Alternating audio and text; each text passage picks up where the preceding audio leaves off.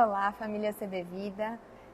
Eu sou a Rebeca, uma das pastoras aqui da CB, e eu queria dar as boas-vindas a esse projeto, o Hangar 365, que está aí para a gente ler a Bíblia durante esse ano juntos, podendo refletir juntos, aprender juntos. Esse é o primeiro vídeo, semanalmente a gente vai ter vídeos para acompanhar a leitura bíblica, e hoje especificamente a gente vai falar sobre Gênesis 1 a 28.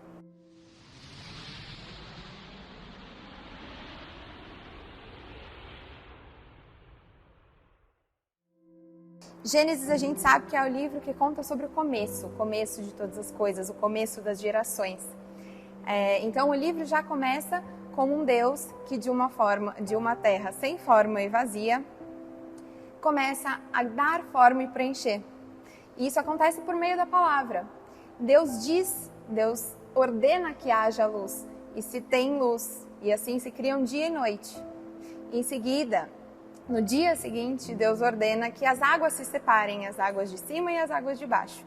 E assim são feitos os céus e os mares. E no terceiro dia, Deus diz que se separem as águas da terra seca. E assim são feitos mares e rios separados da terra, onde nasce vegetação, onde nasce plantação. E assim Deus dá forma. Em seguida, Deus passa a preencher esses ambientes. Então, dia e noite são preenchidos por sol, lua, estrelas. Os mares são preenchidos por animais aquáticos, os céus são preenchidos por aves, e no dia seguinte são os animais selvagens que preenchem toda a terra. E por fim, Deus cria o ser humano, Adão e Eva, que são sua imagem e semelhança, e que são feitos para governar a terra, para ter um relacionamento com Deus, para ser a representação de Deus no meio da criação, tanto governando quanto cuidando da criação de Deus. A gente precisa lembrar que a Bíblia não foi escrita em tempo real. Então a coisa acontecia e não era escrita na hora. Isso não era nem possível, né? Imagina Adão tendo que escrever Gênesis. Então como isso era passado? As coisas eram passadas de forma oral, de geração em geração.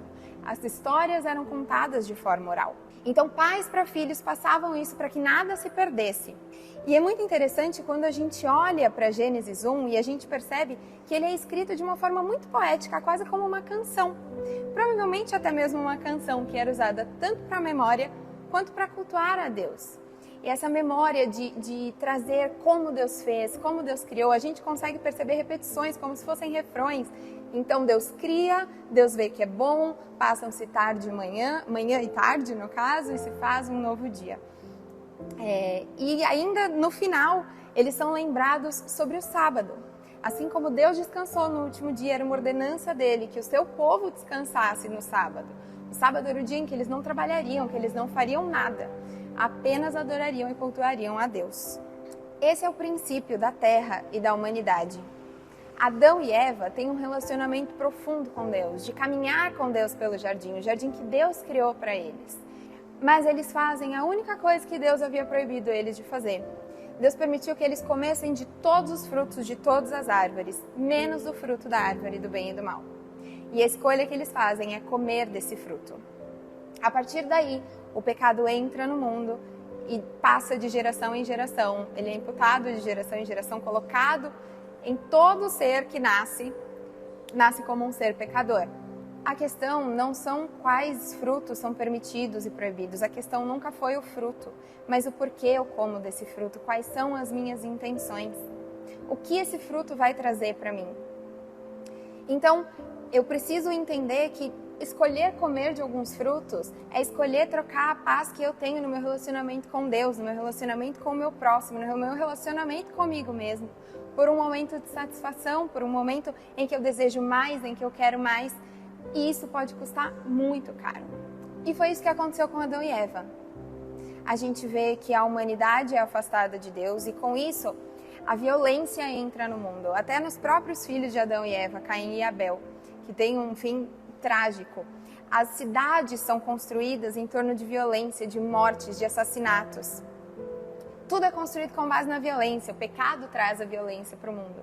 E chega tal momento que Deus não suporta mais e decide exterminar isso, acabar com isso e mandar um dilúvio.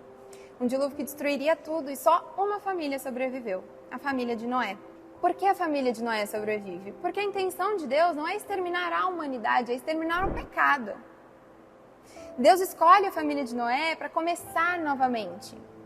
Deus sabia que isso não faria com que não houvessem mais pecadores, com que as pessoas fossem pessoas completamente santas agora. Ele sabia que a maldade continuaria no mundo e por isso mesmo ele promete que não destruirá mais por causa da maldade do ser humano. Ele não vai mais destruir a terra inteira por causa da maldade do ser humano. E assim como Deus já sabia, é o que acontece. A maldade continua, os seres humanos continuam maus, os corações continuam maus. E desse momento em diante, os povos se espalham, mesmo contra a vontade deles. Por exemplo, na Torre de Babel, a gente vê que eles querem se manter juntos como um povo muito forte e imbatível. E eles constroem a torre, mas o plano deles é frustrado por Deus, porque esse não era o plano de Deus para a humanidade. Mas da mesma forma que o pecado entra no mundo, Deus inicia um plano de redenção, para que a gente possa voltar a se relacionar com Ele, para que essa morte que foi colocada em nós, lá naquele momento do fruto, seja rompida de uma vez. E para isso, Deus escolhe um homem chamado Abrão, que depois ele vai chamar de Abraão. E para esse homem, ele promete que ele será uma grande nação, uma descendência enorme, e que eles teriam uma terra que Deus daria a eles. Assim começa o plano de redenção de Deus, com esse homem. E Deus promete para ele que essa descendência viria, mas como Abraão e Sara, sua esposa, já eram muito idosos, eles têm medo, eles desconfiam, Sara principalmente duvida. Então ela fala, para a gente conseguir ter um filho, você vai ter um filho com a minha serva. E esse filho vai ser nosso filho e vai cumprir a promessa. Mas essa não era a vontade de Deus. Abraão tem esse filho, mas a promessa não era para Ismael. A promessa era para filho de Abraão e Sara. Paralelo a isso, a gente vê a história de Ló, sobrinho de Abraão, que acontece bem concomitantemente com a história de Abraão. Ló vivia em Sodoma e Gomorra com a sua esposa e 2 filhas. Sodoma e Gomorra eram cidades tão podres, tão tomadas pelo pecado, que Deus não suporta mais. É o limite. Então Deus decide destruir essas cidades e decide salvar a família de Ló. A gente vê que a esposa de Ló fica no caminho por causa da desobediência dela. E Ló vai com as suas filhas para um novo lugar. E as suas filhas, querendo que houvesse a continuação da descendência, que elas não ficassem sozinhas, porque não haviam homens lá, elas decidem ter filhos do seu pai. Então elas têm filhos com Ló. E é muito interessante a gente pensar o seguinte, desses filhos originam-se os Moabitas e os Amonitas, que são povos inimigos de Israel.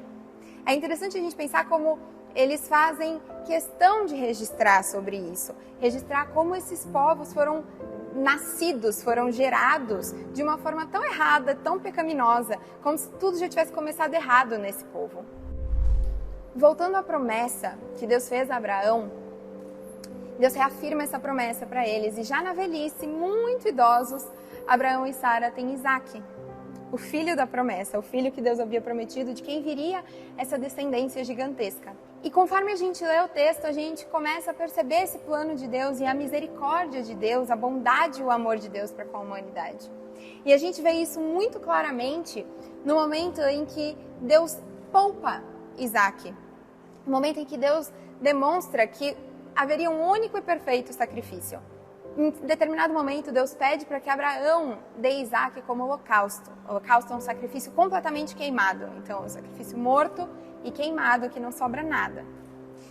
Deus pede o filho da promessa para Abraão. E Abraão, um homem de muita fé, conhecido pela sua fé, leva seu filho, prepara tudo. E naquele momento, Deus pede que ele pare, que ele não sacrifique o filho dele. É muito interessante a gente pensar que naquela época haviam deuses de outros povos que eles entendiam que pediam os filhos em sacrifício. Haviam deuses que as pessoas, outras culturas, sacrificavam os seus filhos em nome de alguns deuses. E o Deus de Israel estava se mostrando naquele momento como um Deus que jamais pediria isso, jamais pediria o seu filho. Um Deus que, muito pelo contrário, daria o próprio filho em favor de todos. Isaque se casa ele e sua esposa Rebeca têm gêmeos. E esses gêmeos dentro da barriga da mãe já lutam como duas nações muito grandes que se tornariam depois realmente. Jacó com a nação de Israel e Esaú com a nação de Edom.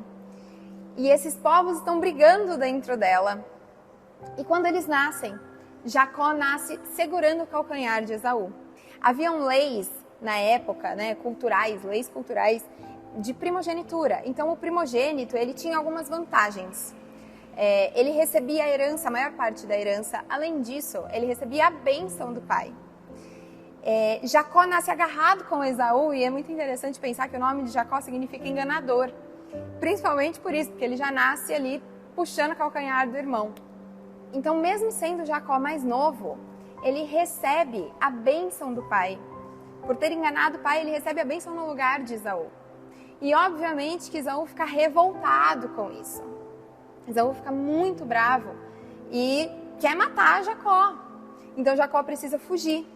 E no meio dessa fuga, Jacó, enquanto ele perambulava, chegando à terra que ele deveria chegar, ele tem um sonho em que Deus reafirma a mesma promessa feita a Abraão e Isaac, de que faria dele uma grande nação, uma descendência enorme, com uma terra que Deus daria a eles.